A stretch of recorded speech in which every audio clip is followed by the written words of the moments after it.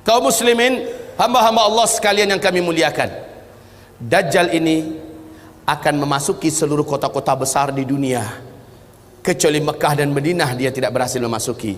Kedua kota ini, baik fisiknya tidak bisa masuk ke Mekah Madinah, baik ilmu kekuatan sihirnya dan magicnya tidak bisa masuk ke dalam Mekah dan Madinah. Makanya salah satu kata Nabi, kalau kamu ingin selamat, kamu dengar Dajjal sudah keluar, segeralah hijrah, larilah ke Mekah atau ke Madinah. Jika tidak mampu, ada 5 langkah lain yang diperintahkan Nabi agar selamat dari Dajjal la'natullah alaih. Kaum muslimin yang kami muliakan, Dajjal ini bukanlah makhluk raksasa tinggi besar. Saya waktu di Sydney, saya malu mendengarkan jawaban seorang ustadz kondang di TV, acara live, ditanyakan oleh jamaahnya, apakah itu Dajjal? Oh, katanya, Dajjal itu adalah makhluk yang sangat tinggi besar.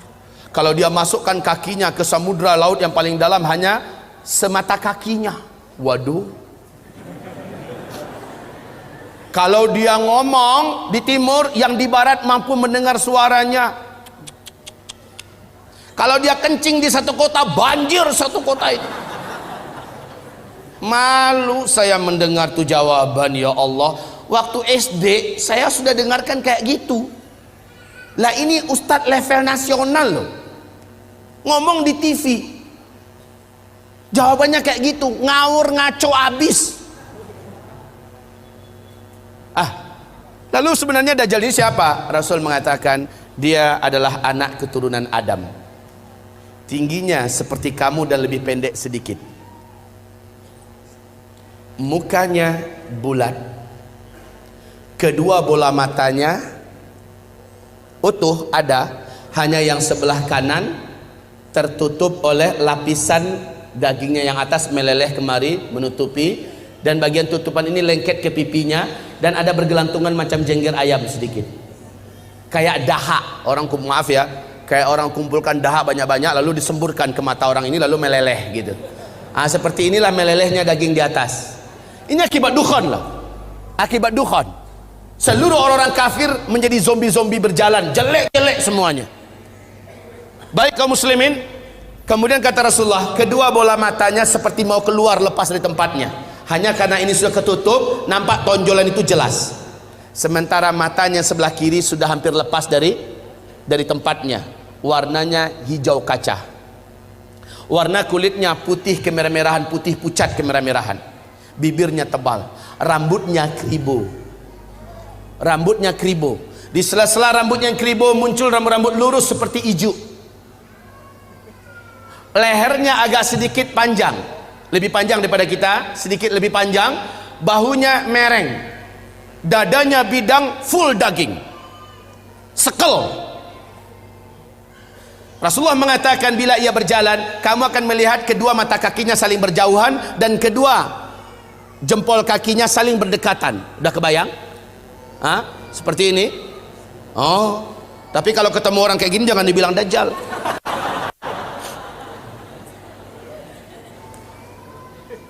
Orang biasa tapi jelek minta ampun, jelek abis. Kaum muslimin, kata Rasulullah berikutnya sallallahu alaihi wasallam, bagi orang yang beriman, yang menurut Allah imannya masih sahih, menurut Allah imannya masih benar, dia diizinkan oleh Allah mampu membaca huruf ka, fa, ra di antara kedua alis matanya. Ada tertulis ka, fa, ra, yaitu kafir. Walaupun aslinya dia nggak pandai membaca Arab, membaca Al-Quran, tapi imannya menurut Allah sahih, dia akan mampu melihat itu. Kalau sempat kepapasan beberapa papasan, dia mampu melihat kafara. Ibarat Allah yang kami muliakan, Rasulullah sallallahu alaihi wasallam bersabda, semua kemampuan yang jahat di bumi ini ada pada dia. Seluruh jin dan syaitan berkhidmat dan melayaninya, menjadi pengikutnya. Coba bayangkan, dukun mana di bumi ini yang sanggup menaklukkan seluruh jin dan setan? Sementara Dajjal dengan sukarela dan senang hati seluruh jin dan setan berkhidmat kepadanya. Dalam rangka, ya awas ya, di fase keempat ini adalah fase di mana setan jin dan setan manusia bersatu memperbanyak calon penghuni neraka. Di fase keempat ini, makanya ketika Dajjal muncul, ma baina khalqi Adam ila qiyamis sa'ah fitnatun akbar minad Dajjal. Sejak bumi ini Allah ciptakan, sejak Adam Allah ciptakan sampai hari kiamat, tidak ada fitnah yang lebih dahsyat, tidak ada fitnah yang lebih hebat, tidak ada fitnah yang lebih berat melebihi fitnahnya Dajjal. Maka berlindunglah kamu kepada Allah dari fitnah Masih Dajjal. Wallahi, kata Nabi, kalau saya hidup, saya yang akan membela kamu paling di depan. Tapi jika saya sudah tidak ada, setiap kamu harus bela dan jaga dirinya masing-masing. Dajjal memiliki kekuatan sihir yang tidak terbatas. Dajjal memiliki kemampuan dan hipnotis magic yang sangat-sangat berat, sehingga tidak ada yang mampu melawan Dajjal. Tidak ada. Ibarat Allah yang kami muliakan, Nabi perintahkan ketika kamu dengar Dajjal masuk ke kota-kota kamu, langsung sihirnya menyebar, yang menjadikan seluruh manusia yang juga sudah putus asa dengan beratnya beban hidup, dengan sukarela datang untuk menyongsong di mana titik Dajjal berada. Mereka berharap Dajjal bisa membagi-bagikan rezeki. Saat itu kata Rasulullah, wahai kaum lelaki, bawalah istri-istri kalian masuk ke rumah, ikat dia di dalam rumah, tambatkan dia di tiang-tiang rumah kamu. Carilah ibu-ibu kamu, bawa dia ke rumah, ikat kakinya, ikat tangannya, tambatkan dia di tiang-tiang di dalam rumah. Carilah anak-anak gadis kamu, selamatkanlah wanita-wanita kamu, karena sesungguhnya yang paling banyak sujud menyembah Dajjal ketika Dajjal masuk ke kota-kota di bumi ini adalah kaum wanita. Mereka yang paling banyak menyembah Dajjal. Dan kata Rasulullah, siapa yang sempat menyembah Dajjal, maka sampai dia menghembuskan nafas terakhirnya, dia tidak akan pernah lagi beriman kepada Allah, dan dia akan kekal di neraka selama-lamanya. Maka ibu-ibu, pantas kalau Nabi memperingatkan umatnya berulang-ulang, berlindunglah dari Dajjal, berlindunglah dari Dajjal, berlindunglah dari Dajjal. Seluruh dukun satu bumi, seluruh ahli-ahli sihir satu bumi akan sujud menyembah Dajjal. Dengan sihirnya Dajjal menunjuk ke arah langit, maka dalam pandangan mata manusia awan berkumpul berarak dari mana-mana, padahal sudah sekian tahun awan tidak ada di langit. Lalu menurunkan air hujan, padahal hanya Tuhan yang mampu melakukan itu. Dengan telunjuknya Dajjal menunjuk ke arah tanah yang gersang dan tandus, maka tanah itu seperti memperlihatkan rumput-rumput hijau pun muncul, air sungai mengalir. Dengan sihirnya Dajjal, dia menunjuk ke arah kuburan yang ada, maka seluruh yang pernah mati dan ada di kuburan itu bangkit, hidup dalam keadaan utuh, manusia yang utuh seperti masih hidup dulu, dan langsung berjumpa sang ayah dengan anak, anakku, mak dengan anak, anakku, suami dengan istri, istriku, padahal mereka sudah mati. Ternyata terbongkar rahasianya. Rasul mengatakan itu seluruhnya bukanlah orang yang sudah mati, tapi jin-jin dan setan-setan yang menjelma menjadi orang yang dulu pernah hidup, agar menipu orang-orang yang masih hidup ini. Lalu mereka berkata, inilah Tuhan kita yang telah menghidupkan kami kembali. Akhirnya manusia sujud kepadanya. Sungguh sangat dahsyat, Pak. Orang-orang lemah iman, minim amal soleh, dia akan tertipu. Ingat sekali lagi, siapa yang beriman dengan Dajjal, dia tidak akan pernah beriman kepada Allah sampai dia mati. Dia akan menjadi ahli neraka kekal di dalamnya. Sekarang, apakah tanda-tanda Dajjal akan keluar? Ini penting. Sudahkah ada tanda-tanda itu sekarang? Menurut Ibu, sudah ada apa belum? Apa? Sebentar, tolong dibaca hadis yang diriwayatkan, yang diceritakan oleh Fatimah binti Qais radhiyallahu anha. Hadis ini diriwayatkan oleh Imam Muslim dalam kitab sahihnya. Hadis ini diceritakan juga perjalanan Tamim Ad-Dari sebagai seorang kapten kapal dengan 20 anak kapalnya. Mereka diombang-ambingkan oleh ombak laut yang sangat tinggi. Hari gelap, angin sangat kencang, hujan lebat turun, petir menyambar-nyambar. Mereka tidak mampu mengendalikan kapalnya, terdamparlah mereka di salah satu pulau laut Yaman. Satu malaman mereka masih stay di atas kapal. Besok ketika matahari terbit, laut sudah tenang, mereka pun turun ke pulau itu.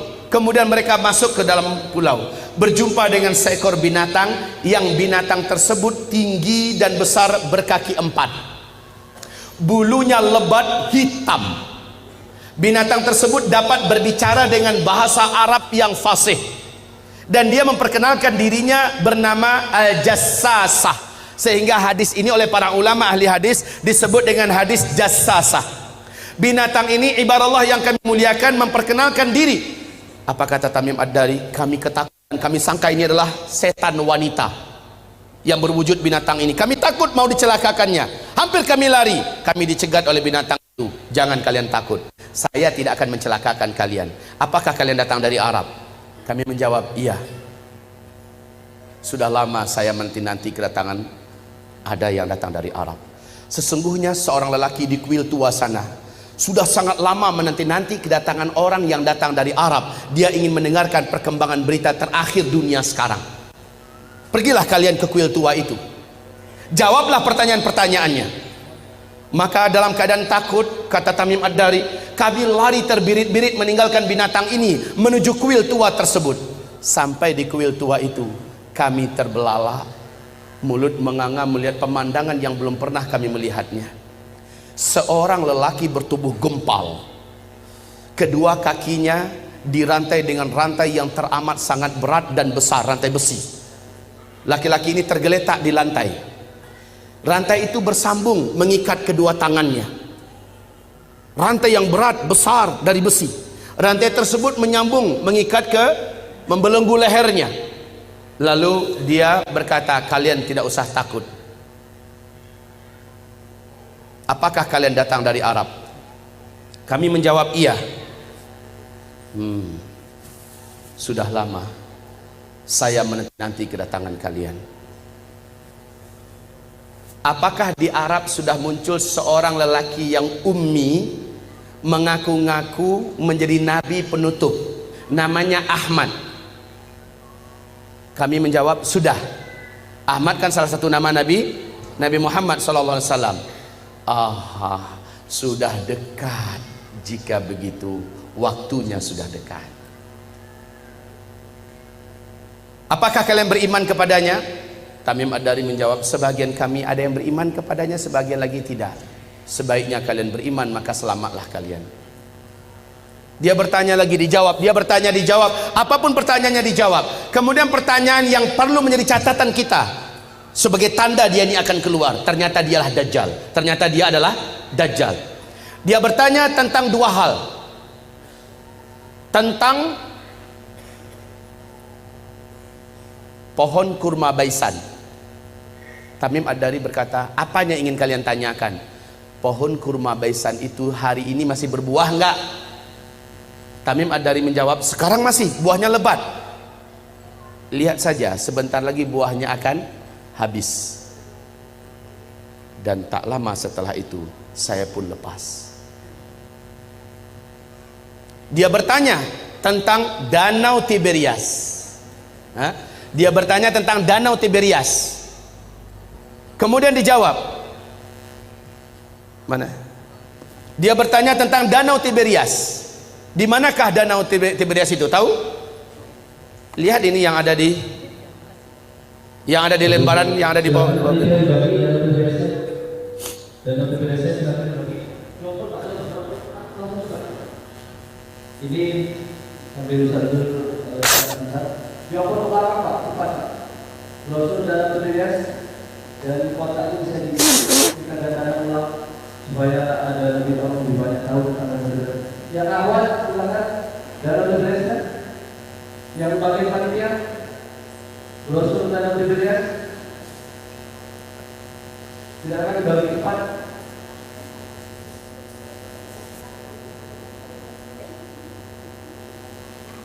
Ayo, waktunya kita tidak lama. Masih banyak penjelasan tentang akhir zaman. Silakan. Bantu, mohon dibantu. Terus dioper belakangnya. Yang sudah mendapat medali berlian. Baik, kaum muslimin, perhatikan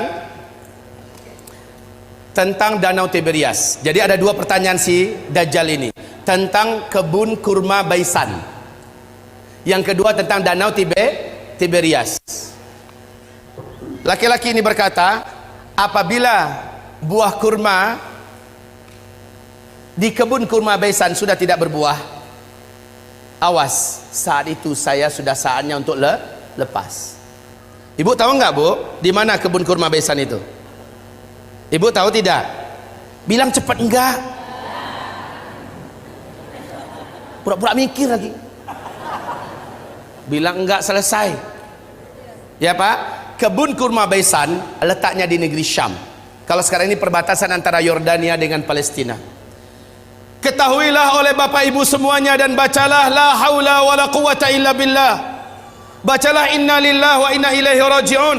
Sudah beberapa tahun belakangan ini kebun kurma Baisan sudah tidak berbuah 100%. Batang-batangnya pun cenderung kepada mati dan lapuk. Ini yang pertama. Yang kedua, laki-laki yang terikat ini yang ternyata adalah Dajjal, dia bertanya tentang Danau Tiberias. Lalu Tamim Ad-Dari berkata, apanya yang kau ingin tanyakan? Airnya, masih ada air nggak sekarang? Maka dijawab oleh Tamim, airnya banyak. Dan memang Danau Tiberias ini sejak terbentang bumi tidak pernah airnya susut. Airnya full, maksimal. Lalu apa kata laki-laki yang terikat itu, Dajjal ini? Nanti kalau airnya sudah menyusut, tinggal sedikit, saatnya saya akan mengelilingi seluruh dunia, saya akan masuk seluruh kota-kota, saya akan kuasai manusia. Untuk Bapak Ibu ketahui seluruhnya, sejak tahun 2003 terjadi penyusutan. Lalu 2004 pemerintah Israel secara resmi membuat garis merah. Ternyata, perhatikan ini, perhatikan. Ini apa? Bagus, jawabannya jujur. Ini garis. Kalau dia bilang ini danau, terlalu. Ini adalah garis dari permukaan Danau Tiberias, ya. Ini dasarnya. Kaum muslimin, sejak 2003 sampai 2013, sejak 2003 sampai 2013, danau ini telah mengalami penyusutan yang sangat signifikan. Padahal kedalaman danau ini hanya 45 meter saja. 45 meter saja. Ya. Dalam hanya hitungan 10 tahun sudah 16 meter menyusut airnya dari permukaan. 16 meter dari kedalaman 45 meter, maknanya sudah lebih 30%. Coba buka YouTube. Buka YouTube, ada di situ acara televisi resmi pemerintahan Israel menyebutkan kepanikan dan ketakutan mereka yang tidak bisa disembunyikan. Sebab apa? Ini danau, airnya sumber air satu-satunya bangsa Yahudi di Israel. Mereka nggak punya sungai, mereka nggak punya mata air yang lain, cuma ini. Di sini untuk air minum, air cocok tanam, air mandi, segala-galanya dari sini sumbernya. Dan sekarang air itu menyusut. Kaum muslimin yang kami muliakan, 16 meter sudah seperti ini posisinya.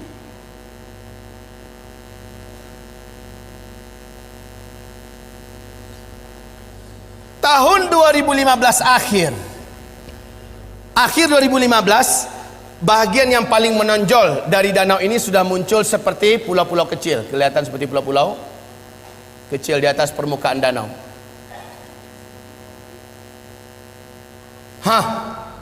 Kondisinya sekarang semakin menyusut.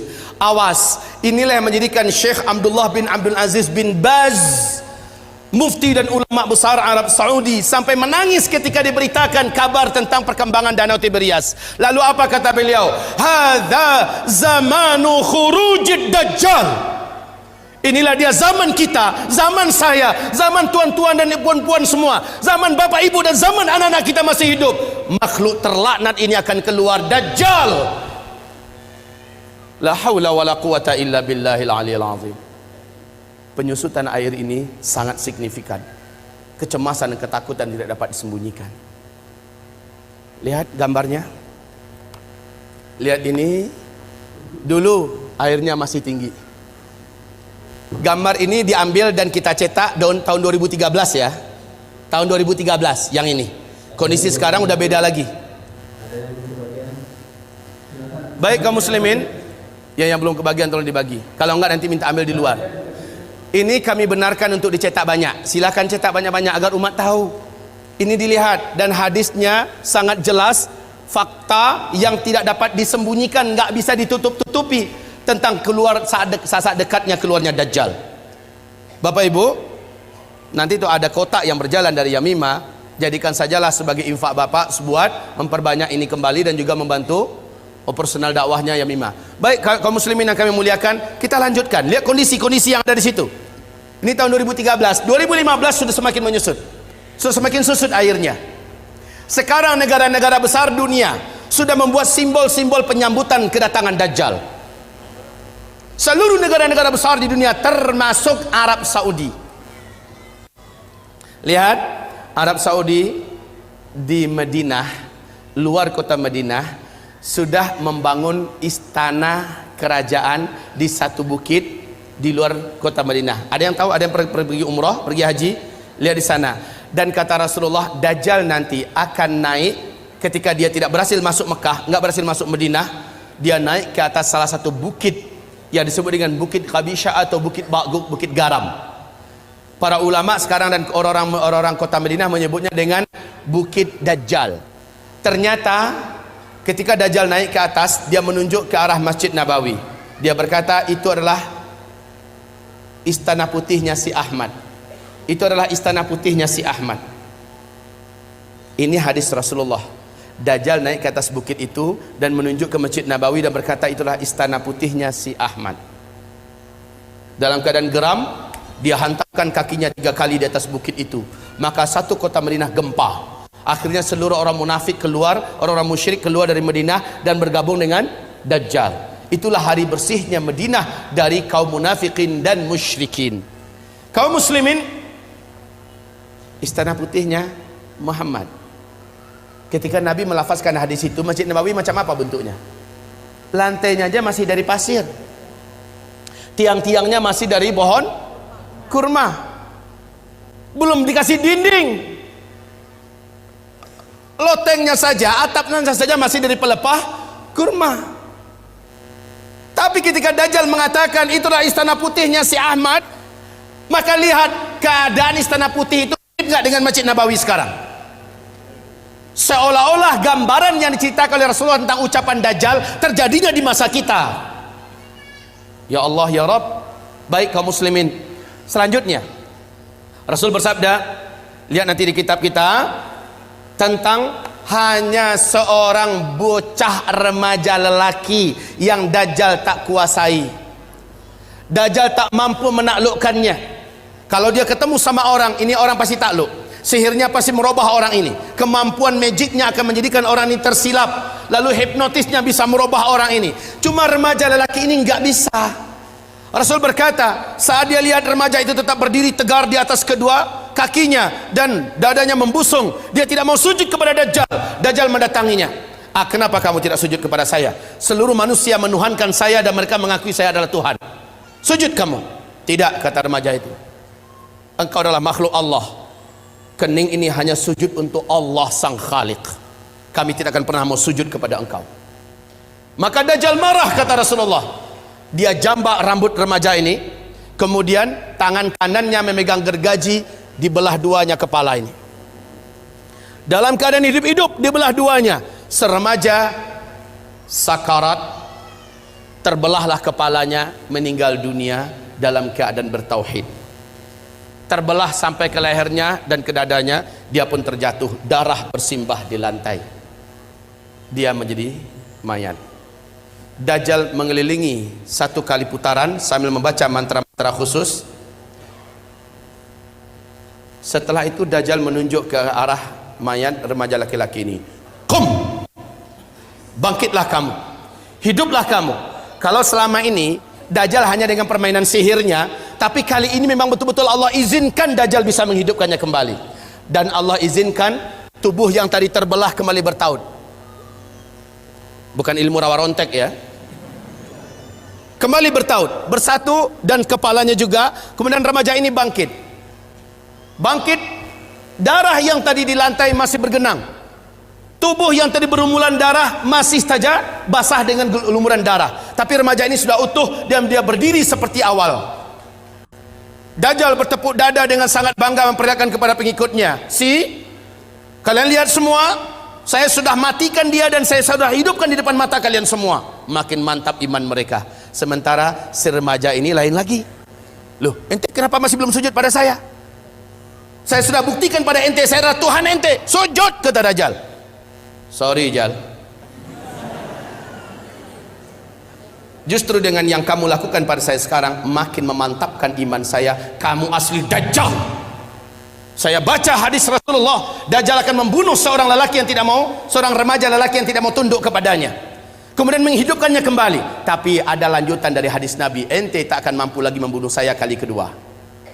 Dan sejak hari ini ente tak akan mampu membunuh siapapun saja manusia. Kemampuan ente sudah diangkat oleh Allah. Hai manusia, sadarlah kalian, ini Dajjal. Dajjal marah, ingin membunuhnya kembali, memang hilang kemampuannya. Nah, kaum muslimin, hamba-hamba Allah yang kami muliakan, remaja lelaki. Remaja lelaki. Dalam ilmu sosial, hitungan remaja itu usianya, ilmu sosial loh ya, belasan tahun Pak. 12, 13, 14, 15, 16. Ada yang berselisih di usia 17. Ini usia remaja dalam hitungan ilmu sosial. Bapak Ibu dengar tidak berita yang mengguncang dunia Arab, sampai seluruh TV-TV Arab memuat berita ini yang masih ada di YouTube. Wawancara eksklusif yang disebarkan di televisi Arab, yang saya tonton langsung adalah di Qatar TV. Bahwa masuk tahun ke-13 sekarang, telah lahir seorang bocah atau bayi laki-laki di Palestina. Bayi ini dapat berbicara dengan bahasa Arab Fusha 1 kali sebaik dia baru saja keluar, baru saja lahir dia berbicara. Habis itu dia normal seperti bayi-bayi pada umumnya.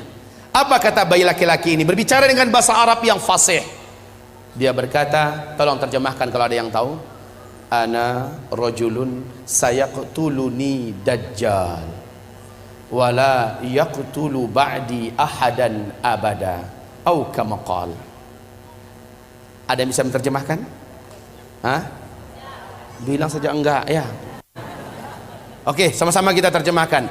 Ana apa? Itu bisa. Rajulun, seorang lelaki.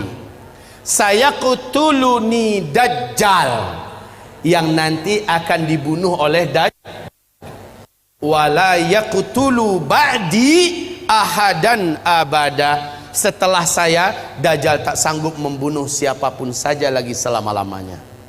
Kemudian dia normal menjadi lelaki, bayi pada umumnya. Jika berita ini betul-betul terjadi, kalau beritanya benar, saya sudah menyaksikan sendiri di TV-TV Arab, pernah di YouTube juga masih ada disimpan, filenya masih bisa kita tonton Pak ya. Cuma jika berita ini benar, semakin menguatkan bahwa Dajjal memang sudah saatnya keluar.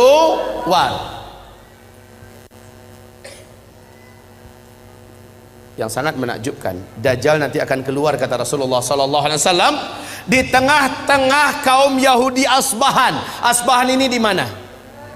Iran. Asbahan ini adalah Iran. Dajjal akan keluar di tengah-tengah Yahudi Asbahan, dan bersamanya ada 70.000 tentara elitnya Dajjal dari Yahudi Asbahan. Berita untuk Bapak Ibu semua sekarang terbaru bahwa di Asbahan sudah terkumpul 70 lelaki yang tegap-tegap muda-muda dengan pakaian khas Yahudi, dan mereka sudah membuat senjata-senjata manual dari besi-besi terbaik di dunia berjumlah 70.000 orang. Kondisi ini makin menguatkan keyakinan kita memang Dajjal sudah sangat dekat. Oke, kalau berita tentang bayi yang di Palestina bisa jadi itu di karang-karang, anggaplah walaupun ini Yang diwawancarai adalah tokoh-tokoh masyarakat Palestina, para masyayikh, syekh-syekh, orang-orang tua di sana. Ditanya mereka seluruhnya, mereka membenarkan kejadian itu, dan bayi ini disembunyikan, disimpan, dan sekarang usianya berarti sudah belasan tahun. Jika ini hak, jika ini benar, maka semakin menguatkan. Jika ini bohong, palsu, bisa jadi, ya, bisa jadi ini dikarang-karang. Tapi siapa yang dapat menyembunyikan fakta Danau Tiberias? Siapa yang dapat menyembunyikan dan menutup-nutupi fakta mengeringnya Danau Tiberias di Israel hari ini? Siapa yang dapat menyembunyikan fakta berhentinya berbuah kebun kurma Baisan yang selama ini tidak pernah berhenti berbuah? Hari ini sudah. Subhanallah. Kaum muslimin, sangat dekat Dajjal ini akan keluar. Dajjal berapa lama? Enggak lama. Kata Rasulullah hanya 40 hari. Setelah dia lepas, dia hanya berumur 40 hari. Satu harinya yang pertama kamu hitung 1 tahun. Satu hari kedua kamu hitung 1 bulan. Satu hari ketiga kamu hitung 1 minggu. Hari-hari yang tersisa yaitu 37 sama dengan hari-hari kamu biasa. Maka kalau ditotal setahun 2 bulan 2 minggu saja, Dajjal pun habis. Siapa yang menghabisinya? Inilah tanda besar kiamat yang ketiga. Jadi sangat dekat, ya. Dajjal itu hanya sebentar. Yang ketiga adalah turunnya Nabi Isa alaihi salam. Turunnya Nabi Isa alaihi salam. Di mana turunnya? Di Suriah, di Damaskus, di Masjid Putih yang ada menara putihnya. Dan menurut Syekh Al-Hafiz Ibnu Katsir, dianya adalah di Masjid Jami' Amawi, masjid peninggalan dinasti Bani Amawiyah yang ada menara putihnya, dan itu di Damaskus. Masjid itu sampai hari ini masih utuh, menaranya masih oke. Allahu Akbar. Jadi Nabi Isa turun nanti di Masjid Jami' Amawi, bukan Isa Habibullah yang di Jombang. Ngaku-ngaku Nabi Isa. Kalau ngaku Nabi Isa, tolong suruh cari Dajjal, karena kerjaan Isa yang pertama membunuh Dajjal. Nah ini kaum muslimin, ketika Isa turun, khalas. Perlu diingat, Al-Mahdi terkepung. Al-Mahdi itu, ini Al-Mahdi kan menjadi raja, menjadi khalifah di sini. Dia keluar setelah Dukhan. Ini Al-Mahdi. Dari sini Al-Mahdi menyatukan dan memimpin seluruh umat Islam sedunia menghadapi hari-hari berat sampai dia ditolong dan dikuatkan oleh Isa alaihissalam. Lalu setelah melewati fase tanda besar kiamat yang keempat, masuklah masa-masa aman. Al-Mahdi menjadi khalifah di sini.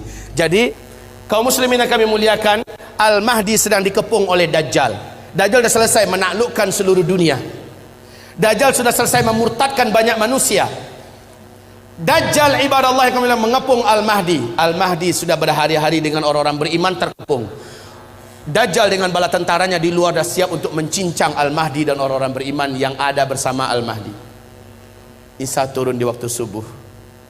Saat itu kumandang azan dan udah qomat. Al-Mahdi maju ke depan. Tiba-tiba seluruh mata tertatap ke arah langit. Satu titik cahaya yang indah turun. 2 malaikat dengan bersayap sedang turun di tengah-tengahnya Nabi Isa, dan Nabi Isa meletakkan kedua telapak tangannya di atas bahu masing-masing. Turun dengan indahnya. Rambut Isa sebahu panjangnya, seperti orang baru mandi basah.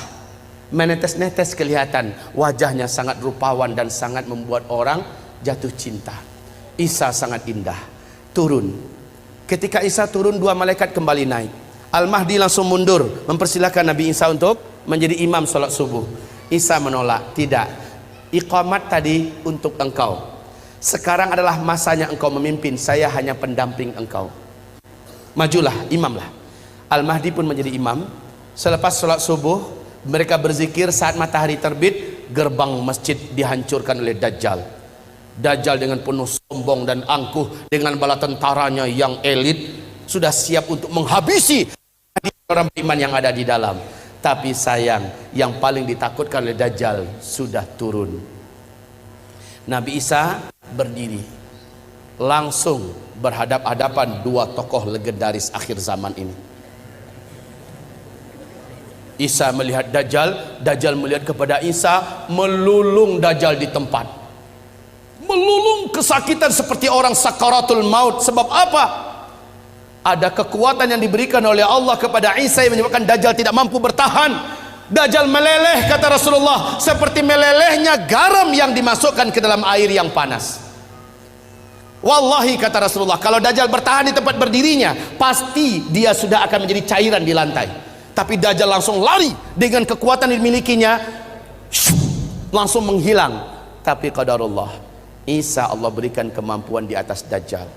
Di mana saja Dajjal lari, kemana saja, Isa udah nunggu di situ. Hah? Mau kemana boy?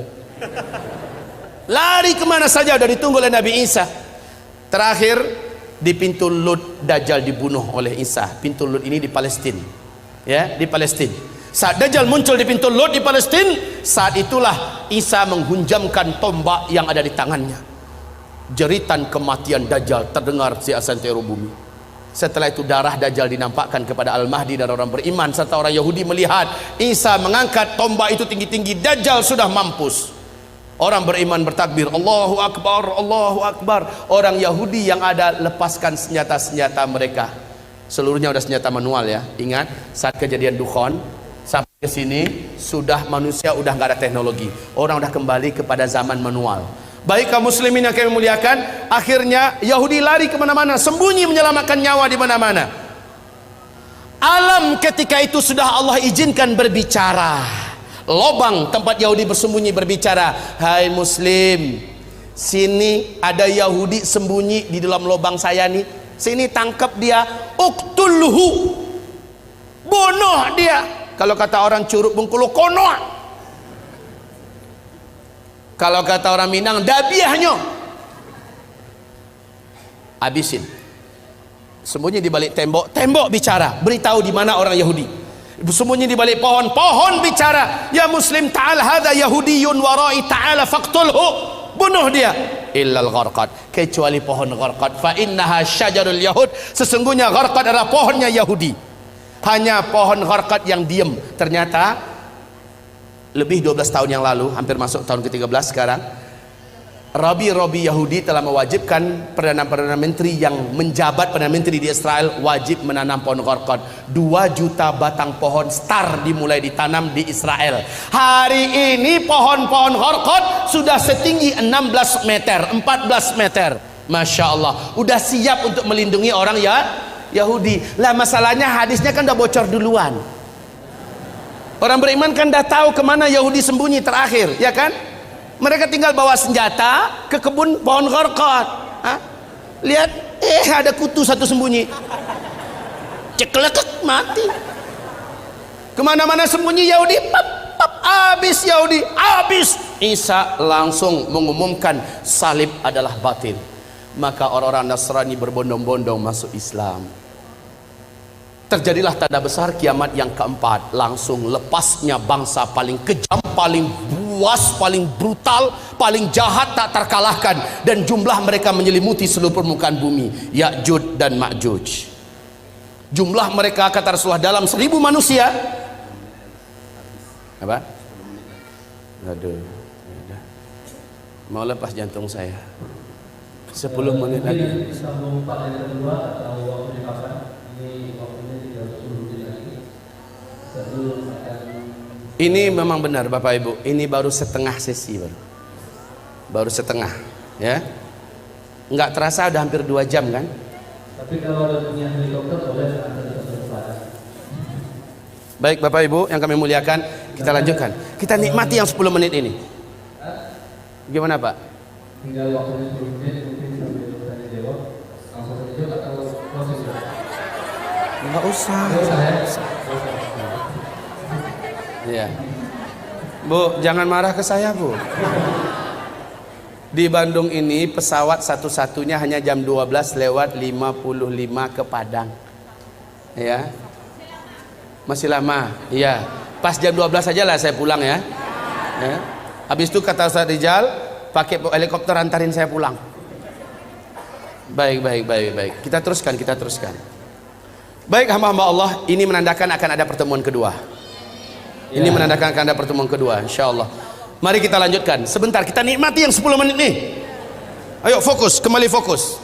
Baik, kaum muslimin yang kami muliakan, Ya'juj dan Ma'juj ini jumlahnya kata Rasulullah, seluruh daratan gurun Sahara dan tanah yang seluas-luasnya di Jazirah Arab, di negeri Syam, Khurasan, ya, seluruhnya akan tertutupi oleh banyaknya jumlah Ya'juj dan Ma'juj. Ya'juj Ma'juj ini adalah anak cucu Adam juga, manusia, tetapi yang ditaklukkan oleh Iskandar atau disebut dengan Dzulqarnain, Iskandar yang agung. Kaum muslimin, setiap 1000 manusia jumlah mereka 999 orang. Satunya adalah kamu. Saking banyaknya sehingga Allah mengatakan, hai Isa, hari ini tidak ada yang mampu mengalahkan Ya'juj dan Ma'juj. Bawalah hamba-hambaku bersamamu, bawalah mereka lari ke atas gunung Tursina. Saat orang-orang beriman bersama Nabi Isa Al-Mahdi sampai di atas gunung Tursina, apa yang terjadi berikutnya? La haula wala quwata illa billah. Allah gaibkan mereka dari jangkauan Ya'juj dan Ma'juj, sebagaimana selama ini Ya'juj dan Ma'juj digaibkan oleh Allah sehingga tidak mampu menembus kehidupan sebelum waktunya. Kaum muslimin yang kami muliakan, singkatnya Allah yang hancurkan Ya'juj dan Ma'juj. Sehabis itu baru manusia masuk masa-masa aman. Cuma masa ini tidak lama kata Rasulullah. Masa ini hanya berlangsung dari 7 tahun. Ini adalah masa Al-Mahdi memimpin. 8 atau tahun ke-9-nya Al-Qahtani, berarti maksimal hanya 9 tahun saja masa-masa aman ini. Khilafah tegak itu nggak lama, nggak pakai ribuan tahun lagi, nggak pakai ratusan tahun, tapi hanya paling lama 9 tahun. Di sini jumlah laki-laki 1 berbanding 50 wanita. Kemana perginya kaum laki-laki? Di sini banyak Allah cabut nyawa lelaki di muka bumi ini. Saat fase kelima yang nggak lama lagi ini, insya Allah jumlah laki 1 berbanding 50. Jangan macam-macam pikirannya, Pak. Poligami. Udah nggak kepikiran, percayalah. Yang pertama, bapak udah banyak nggak ada, ya. Yang kedua, saat itu kalaupun masih hidup, insya Allah fikir bapak full memikirkan amal soleh dan ibadah yang kuat sekuat-kuatnya kepada Allah Subhanahu wa Ta'ala. Ibarat Allah yang kami muliakan, ini dah 10 tanda besar kiamat. Oh ya, yang ke-7 belum ya? Ini Ya'juj dan Ma'juj. Ya'juj dan Ma'juj. Saya singkatkan, di sini tanda besar kiamat yang kelima, yaitu matahari terbit dari sebelah barat. Kemudian yang keenam, keluarnya binatang raksasa dari dalam perut bumi yang Allah ceritakan dalam Al-Quran. Binatang ini Allah sebut dengan sebutan Dabbatul Ardi. Berkaki banyak, bertangan banyak, dapat berbicara dengan manusia, membawa cincin Nabi Sulaiman, tongkat Nabi Musa. Binatang ini muncul di 3 tempat yang berbeda di muka bumi di waktu yang berbeda-beda, memberi tanda kepada manusia yang masih hidup. Yang beriman akan dibuatnya bercahaya bersih wajahnya dan terang benderang, sementara orang kafir dibuatnya wajahnya menjadi gelap, hitam dan buruk rupanya. Lalu binatang itu kembali tenggelam. Barulah setelah itu tanda besar kiamat yang ke-7, bertiup angin lembut kematian dari timur, atau dalam hadis Nabi mengatakan dari negeri Yaman, ya. Angin lembut kematian, saya singkat saja, ALK, angin lembut kematian. Yang wafat oleh angin ini hanyalah orang yang beriman saja, walaupun imannya seujung kuku kata Nabi. Dia hanya kenal dengan Allah dan percaya Allah itu ada, maka dia akan dijemput oleh angin ini. Saat dia tersentuh oleh angin tersebut, walaupun dia di dalam gua, walaupun dia di atas gunung, ada di lembah, ada di pulau, angin tersebut akan sampai ke sana. Saat terhirup olehnya angin itu, saat tersentuh dia oleh angin itu, dia pun tergeletak di tempat, meninggal di situ. Serentak satu muka bumi, umat Nabi Muhammad meninggal dunia. Inilah tanda besar kiamat yang ke-7. Tanda besar kiamat yang ke-8, 9, 10, insya Allah sudah tidak ada lagi orang Islam yang menyaksikannya. Maknanya kiamat besar, kehancuran alam semesta tidak akan pernah disaksikan oleh umat Islam, alhamdulillah, kecuali orang Islam yang gagal menyelamatkan imannya ketika Dajjal keluar. Peluang ini akan ditemukan, mungkin ada. Apa tanda besar kiamat yang ke-8? Yaitu tenggelamnya seluruh daratan bumi di sebelah timur, Australia, New Zealand, Indonesia, Malaysia, Brunei, Singapura, Thailand, Filipina, Jepang, Cina, India, Pakistan, yang seluruh negeri Asia Tengah, bahkan Rusia tenggelam seluruhnya masuk ke dalam bumi. Tanda besar kiamat yang ke-9 langsung menyusul. Seluruh daratan bumi sebelah barat tenggelam masuk ke dalam laut, yaitu Brasilia, Amerika Serikat seluruhnya, Afrika, Eropa, ya, seluruhnya, Suriname tenggelam masuk ke dalam laut. Yang tersisa adalah satu ketul bumi, ya.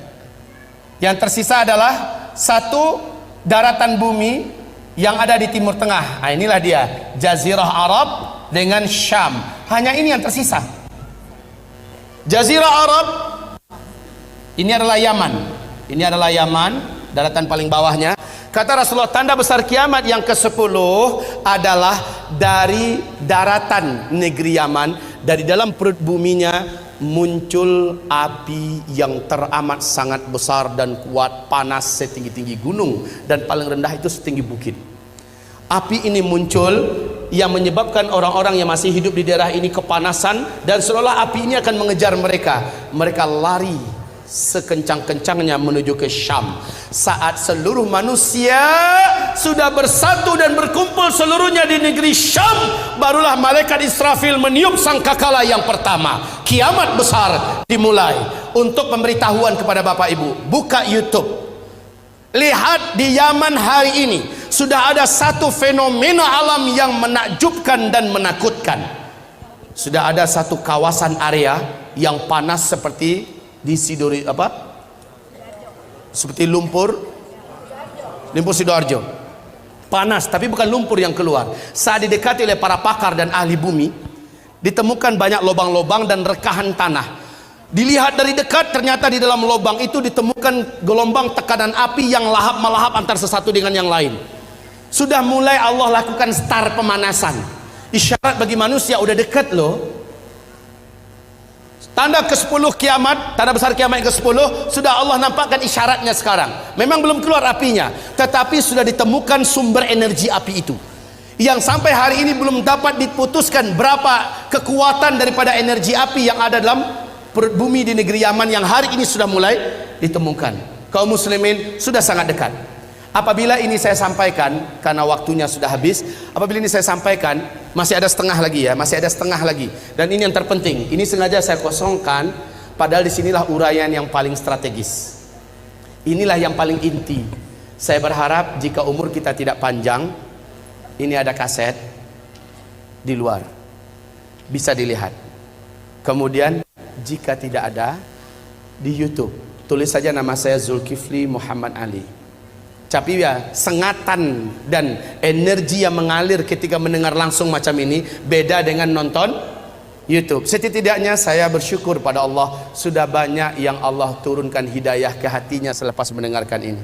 Sudah banyak yang mengalami perubahan, baik remaja, lelaki, wanita, tua, muda, banyak yang telah diberi oleh Allah hidayah.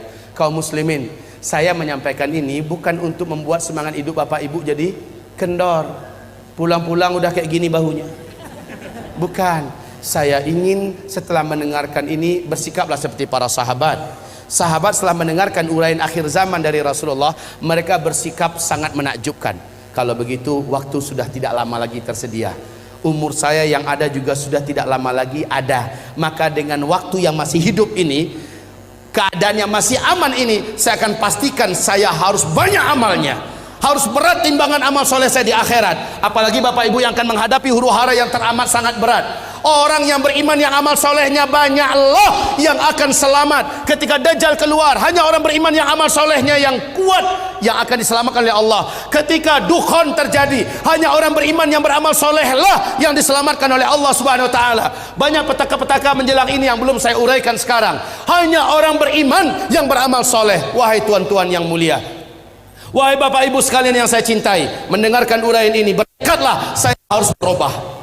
Saya harus menjadi lelaki yang lebih soleh, suami yang lebih bertanggung jawab, orang bekerja yang lebih jujur dan lebih amanah.